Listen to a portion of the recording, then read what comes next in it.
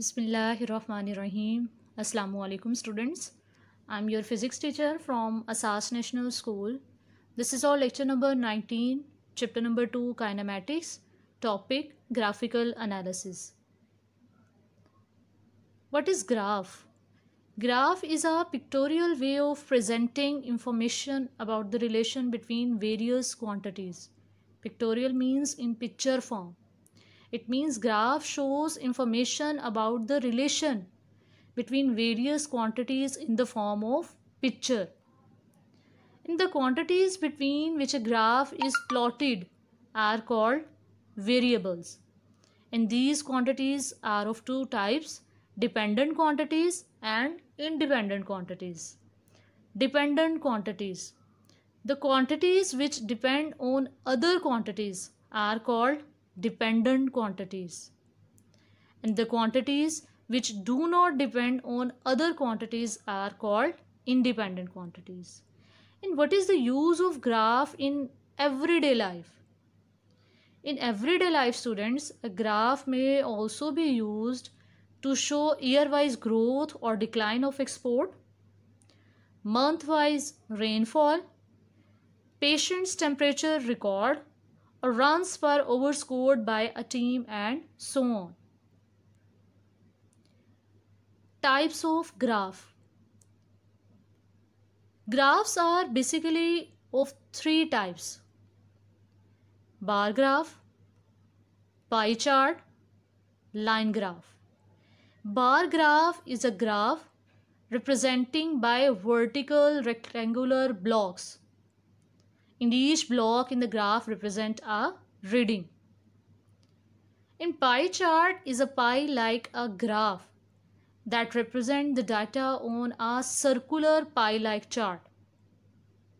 And line graph represent the different findings of the data in the form of lines.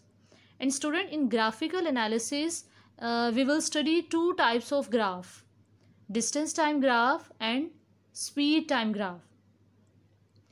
And in distance time graph and speed time graph, student, we use line graph. Distance time graph. In distance time graph, student, we calculate speed of the object, because distance divided by time is equal to speed. So distance time graph gives us speed of the object. It is useful to represent the motion of object using graphs. The terms distance and displacement are used interchangeably when the motion is in a straight line. Same like this, student, if the motion is in a straight line, then speed and velocity are also used interchangeably. Look at the picture, student. We take two axes, x-axis and y-axis. On x-axis, student, we take independent quantities, and along y-axis we take dependent quantities. The horizontal line shows x-axis and the vertical line shows y-axis. So in distance time graph, time is an independent quantity and distance is a dependent quantity, because distance depends on time. So we take time along x-axis and distance along y-axis. In distance time graph, time is taken along horizontal axis, while vertical axis shows the distance covered by the object. And in distance time graph, student, we will study three cases: object at rest, object moving with constant speed, and object moving with variable speed. The first case is object at rest.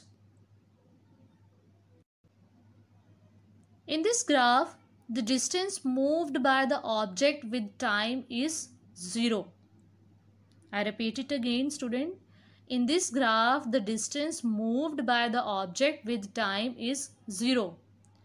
Look at the graph, student. We take two axes, x-axis and y-axis. Along x-axis, we take time, and along y-axis, we take distance. But in this graph, student, the distance moved by the object with time is 0. That is, the object is at rest.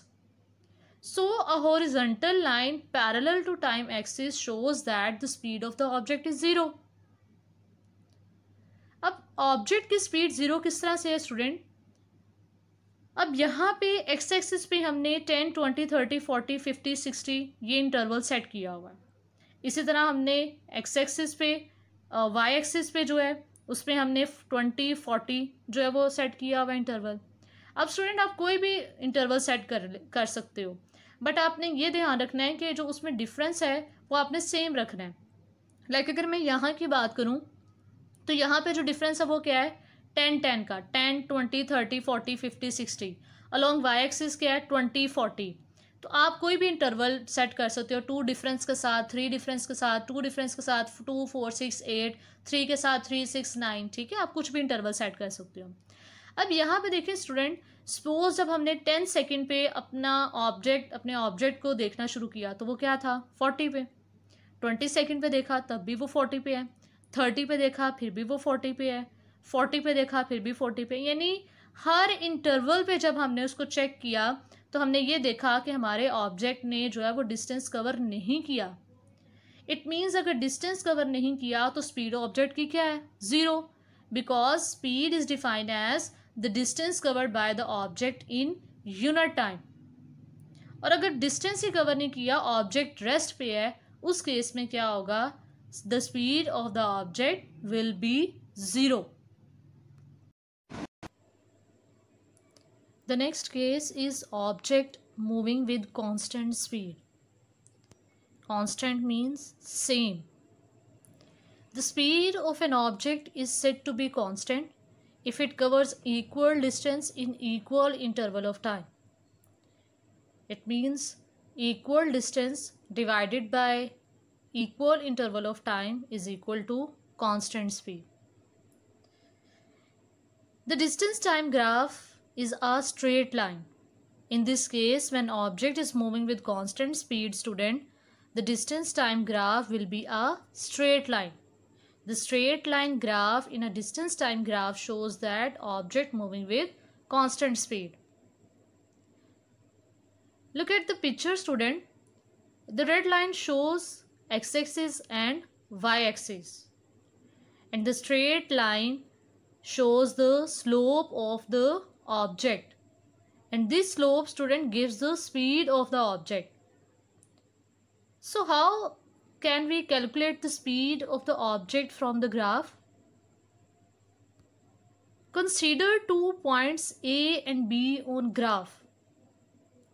Student आपने कोई से भी 2 points जो हैं वो आपने graph पे select कर लेने. अब यहाँ पे इंटरवल देखें, इंटरवल आपका सेम होना चाहिए बिकॉज हम कांस्टेंट स्पीड की बात कर रहे हैं. अब यहाँ पे देखें 1, 1 का डिफरेंस है, 1, 2, 3, 4, 5, 6 अलॉन्ग एक्स एक्सिस, और वाई एक्सिस पे क्या है? 10, 20, 30, 40. मैंने आपको पहले भी बताया है कि आप जो है वो अपना खुद भी इंटरवल सेट कर सकते हैं, कोई भी वैल्यूज़ आप रख लें, लेकिन उसमें डिफरेंस आपका सेम होना चाहिए. जैसे यहाँ पे 1, 1 का है और एक्स एक्सिस पे 10, 10 का है, तो आप 2 का डिफरेंस ले लें, 5 का ले लें, 10 का ले लें, वो आपकी अपनी मर्जी है. ठीक है. अब यहाँ पे मैंने बच्चे स्पीड अब कैलकुलेट करनी है और ये चेक करना है क्या हर पॉइंट पे स्पीड कांस्टेंट है. अब उसके लिए मैंने क्या किया है, 2 पॉइंट्स जो हैं वो मैंने ए और बी सेलेक्ट किए हैं. अब अगर आप ए के सामने देखें तो ए की क्या वैल्यू है? 20 अलॉन्ग वाई एक्सिस, और बी की अगर आप वैल्यू देखें अलॉन्ग वाई एक्सिस तो वो क्या है बच्चों? 40. अब स्लोप मैंने आपको कहा कि this slope gives the speed of the object and slope is equal to y over x. It means difference along y axis divided by difference along x axis. अब बच्चे ए के सामने देखें, वाई पे मैंने क्या लिया? 20. ये मेरा क्या होगा? y1. अब बी का वाई पे देखें क्या वैल्यू है? 40. ये मेरा क्या होगा? y2. अब इसी तरह ए के नीचे देखें, एक्स एक्सिस पे क्या वैल्यू है? 2, और वाई एक्सिस पे क्या है? 40. तो 2 मेरा क्या होगा? x1, और 4 क्या होगा? x2.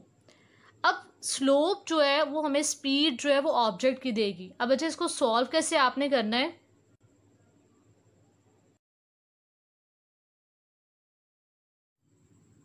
सो स्टूडेंट ग्राफ से हमने 2 पॉइंट सेलेक्ट किए थे ए एंड बी। ए पे हमने देखा कि वाई एक्सिस y1 हमारा क्या था 20, y2 क्या था 40, इसी तरह x1 क्या था हमारा 2 और x2 क्या था 4।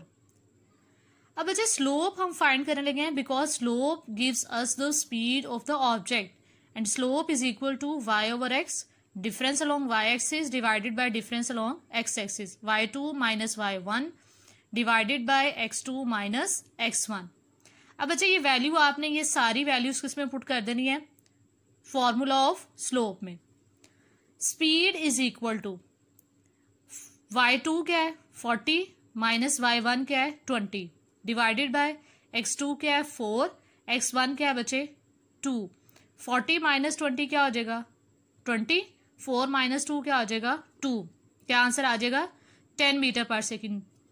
अब इसी तरह बच्चे मैंने फिर 2 पॉइंट्स कोई से भी आप सेलेक्ट कर ले, फिर मैंने वहां पे 2 पॉइंट सेलेक्ट किए y एक्सिस पे 50 और y1 मेरे पास था 30, y2 50, y1 क्या था 30, x2 क्या है 5, x1 क्या है 3। इसी तरह फिर मैंने स्पीड कैलकुलेट की बच्चे 50 माइनस 30 डिवाइडेड बाय 5 माइनस 3, तो मेरे पास क्या है 20 डिवाइडेड बाय 2। आंसर क्या है 10 मीटर पर second. It means point A भी जब मैंने सेलेक्ट किए 40-20 तब भी मेरी स्पीड क्या थी 10 मीटर पर second.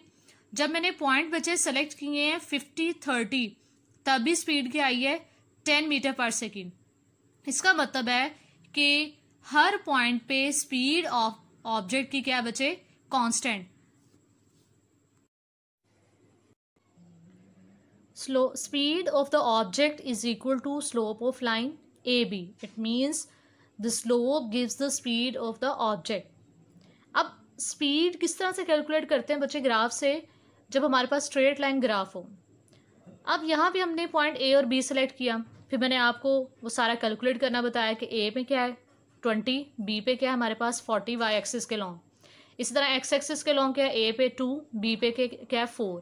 It means Y axis 20 y1, 40 क्या है y2, इसी तरह 2 क्या है x1 और 4 क्या है x2। और इनको जब हम डिफरेंस लेंगे स्लोप हमारे पास की स्पीड क्या आई थी बच्चे हमारे पास 10 मीटर पर सेकेंड।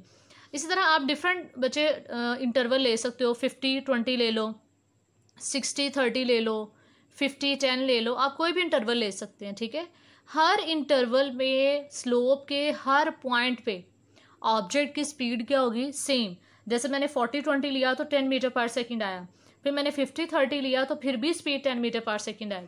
ठीक है, तो इससे क्या शो हो रहा है कि हर पॉइंट पे स्लोप के ऑब्जेक्ट की स्पीड क्या है constant. Now I am going to summarize the whole lecture. Graph is a pictorial way of presenting information about the relation between various quantities. And the quantities between which a graph is plotted are called variables, and these quantities are of two types, dependent and independent quantities. Quantities which depend on other quantities are called dependent quantities, and the quantities which do not depend on other quantities are called independent quantity. And in distance time graph, time is taken along horizontal axis, while vertical axis shows the distance covered by the object, and distance time graph student gives us speed. So the next slide is about your practice questions. Question number 1, define graph, define variables, differentiate between dependent and independent quantities, what is distance time graph, and the last one is what would be the shape of distance time graph when object is at rest and when object is moving with constant speed. Allah Hafiz.